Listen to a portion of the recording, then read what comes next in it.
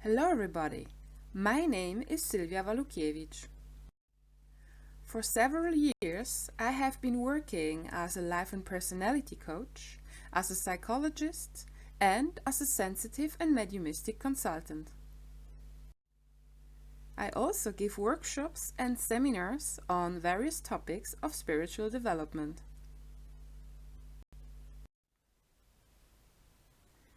A frequent topic with which many people come to me is that some of them are stuck in situations which seem hopeless and they don't know how to solve them. Many people tell me about very complex situations that are compounded from many different factors that seem to be unchangeable, and consequently they perceive their room of maneuver as very little. Why is that? What is the reason that so many people are stuck in seemingly hopeless situations? And especially, what can help to handle these situations more easily and even start to change them? From my point of view, one of the crucial reasons why so many situations seem unchangeable or hopeless is the perspective with which one approaches it. Most people contemplate the complex situation they are in from a materialistic, or how I used to call it, human perspective. Viewing things through this perspective, it is very difficult or even impossible to capture all possibilities and to estimate their possible interactions. What's more, it is mostly the slower way to change things, which needs much more time, energy and other resources in order to bring about the desired transformation. Another reason that leads to these seemingly stuck situations is that many people try to solve them only in the outer world. I mean that, for example, if someone has little money and hasn't found a job for a while, that they will probably try more assiduously to find a job. But what often remains unconsidered are the inner resonances on the basis of which one attracts this situation, such as low self-esteem, one's own attitude towards money, and maybe even a rejection of the social system. Moreover, many try to solve interpersonal conflicts only on the materialistic, respectively only on the behavioral level. For example, by just talking to each other or trying to find a compromise. However, if the inner attitude, the own point of view, and the emotions, such as anger or judgment, haven't been transformed yet, the situation can only change on a superficial level. In all of these cases, the energetic way of looking at it can be very helpful and illuminating in order to profoundly understand the present circumstances and to deduce possible solutions. Since everything is made of energy, emotions, thoughts, behavior, and in the end also matter, it can all be changed on the energetic level. Matter usually needs more time until the change can happen. Now, if the basis of which matter is made of is transformed, such as the emotions or attitudes towards something, it can lead to a much quicker transformation.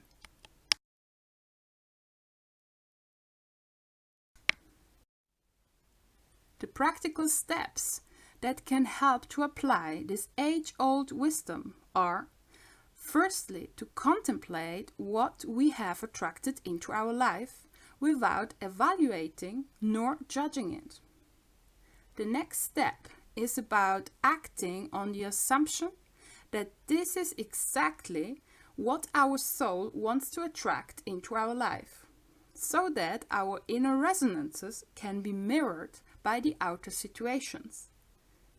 Afterwards, a profound analysis can take place, through which it can be found out why we are attracting exactly these situations. On this basis, we can decide which resonances we want to transform in order to attract something else into our life. And, for example, to solve this conflicting situation or an uncomfortable job situation.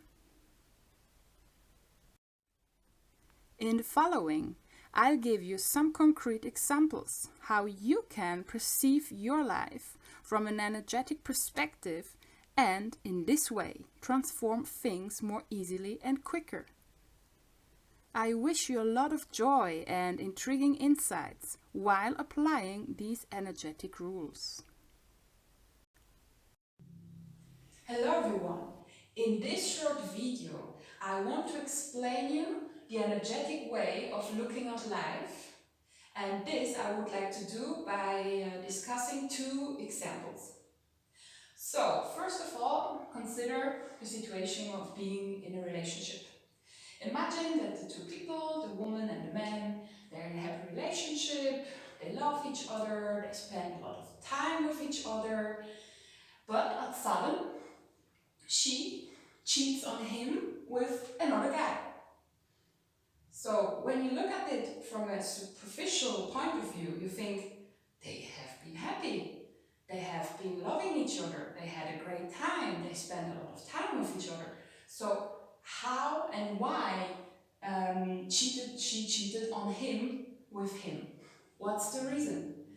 And the first thing people usually try to do in order to solve this situation is that probably this man will feel upset, will judge her, or will really be afraid to, for example, be alone. So usually a lot of negative emotions come up, and probably this man or leaves her because he's offended, or he tries to talk with her why she has done that. Maybe she even doesn't know why she has done that, or maybe he tries to win her back by going out with her, buying her flowers, etc., etc. So these are the superficial behaviors which can happen in such a situation. And usually this guy, of course, tries to win her as well and does everything to keep her, to make her stay with him. So this happens on the behavioral level. And now maybe the situation becomes really complicated. Maybe she doesn't know what she feels for him. Maybe she's unsure. Maybe she doesn't know with whom to be. So the situation really looks very complex, very painful, and there's really a lot of emotions which are difficult to understand. However, if we start to look at it from an energetic point of view, the situation gets much more clear and easier to solve. So, if we analyze that from an energetical point of view, so what happens on the superficial level? She chooses that somebody else is more important than him, so she gives him more importance than to his boyfriend, right? So, when we analyze his energetic field, probably he has given himself not enough importance, and maybe he even has given up parts of himself in order to make her happy. For example, he had some needs and he wanted to, for example, go out with friends or to be more himself, but he realized that she couldn't cope with that. So, in order to make her happy, he tried to put his needs apart in order to give her more importance. So, he gave himself less importance. So he gave somebody else more importance than to himself. And exactly this has happened in the outer world because she has given to another person more importance than to him. So on an energetic way, if I would work with that person, I would analyze that. I would maybe there would be more topics to analyze, but just to give you an idea, then I would start to work on giving himself more importance. So first of all, I would have to find out why he started to give himself less importance. Maybe there was something in the childhood where he was afraid to be alone, so he started to change himself in order to please others, and then he gave himself less importance. And the same pattern continued, of course, in the relationship. So I would start to work on that fear of being alone and really transform that fear and connect more himself to himself in order to feel more present and more stable. And in that moment, he gives more attention and importance to himself. And then this complicated situation can be solved much easier. And exactly this happened once with a couple, but I worked only with the guy. And exactly this solved his relationship, because this was the cause why she cheated on him. Now, the other way to look at it is her perspective. Why did she cheat on him? So maybe there were also some needs she didn't know how to express. Or for example, she had, for example, a problem to really open up herself to one person. Maybe her parents were divorced, and she started first to open up herself to her father, to her real father, and later on to her stepfather. So she didn't learn how to really open herself to one person, and this old reality continued working in her, so she couldn't stay completely with one person. And now, if I would work with her, I would transform that and go back to these situations and really connect these parts together in order that she is able to feel the closeness to one person and really to allow this closeness and to be clear about her feelings. Because as I mentioned before, she might be or might have been confused who to choose, right?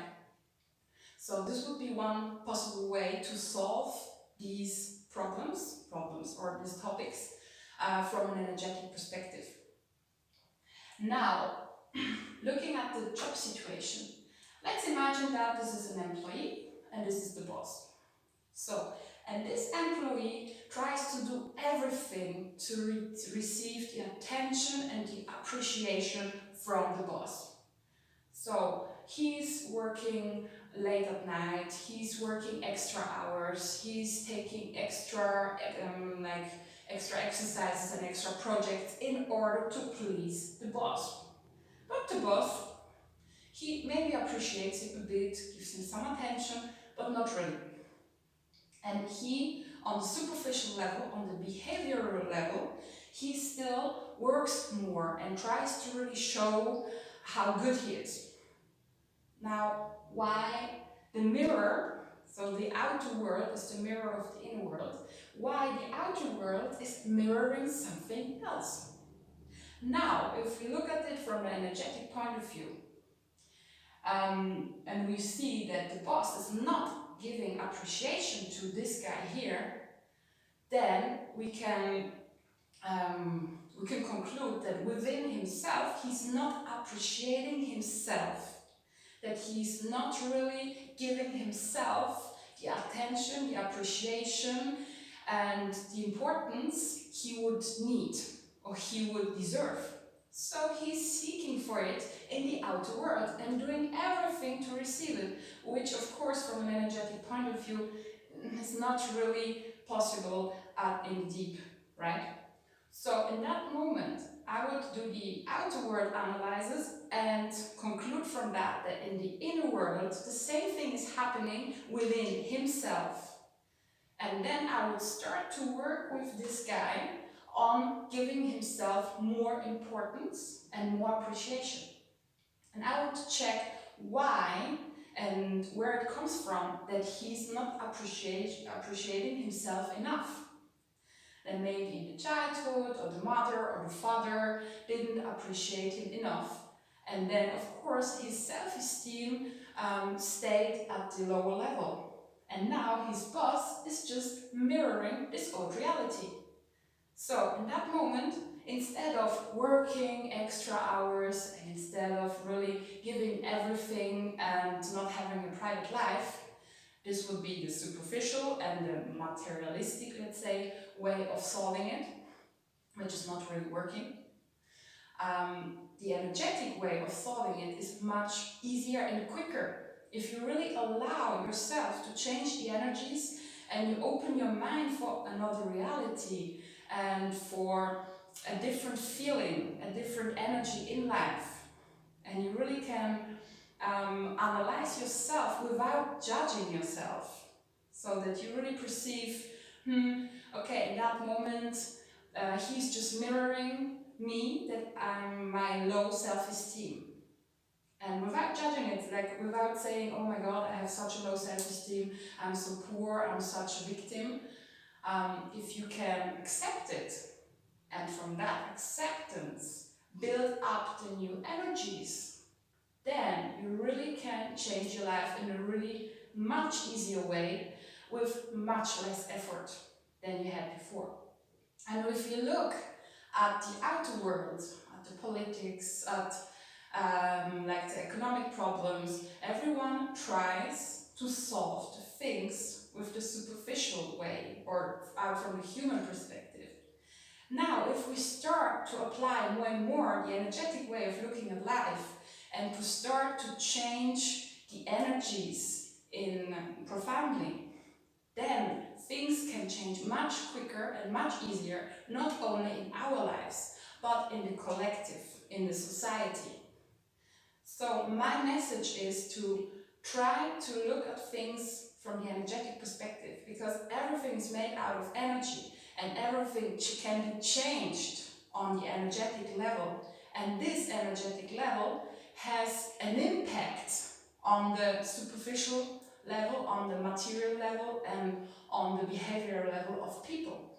And things can change much quicker, much easier, and the world can become a better place. So try to apply that, if you want, of course. And if you have any questions, please text me, write me an email, or call me. I'm really happy to support you in that process. And yeah, thanks for looking at that video, and see you soon.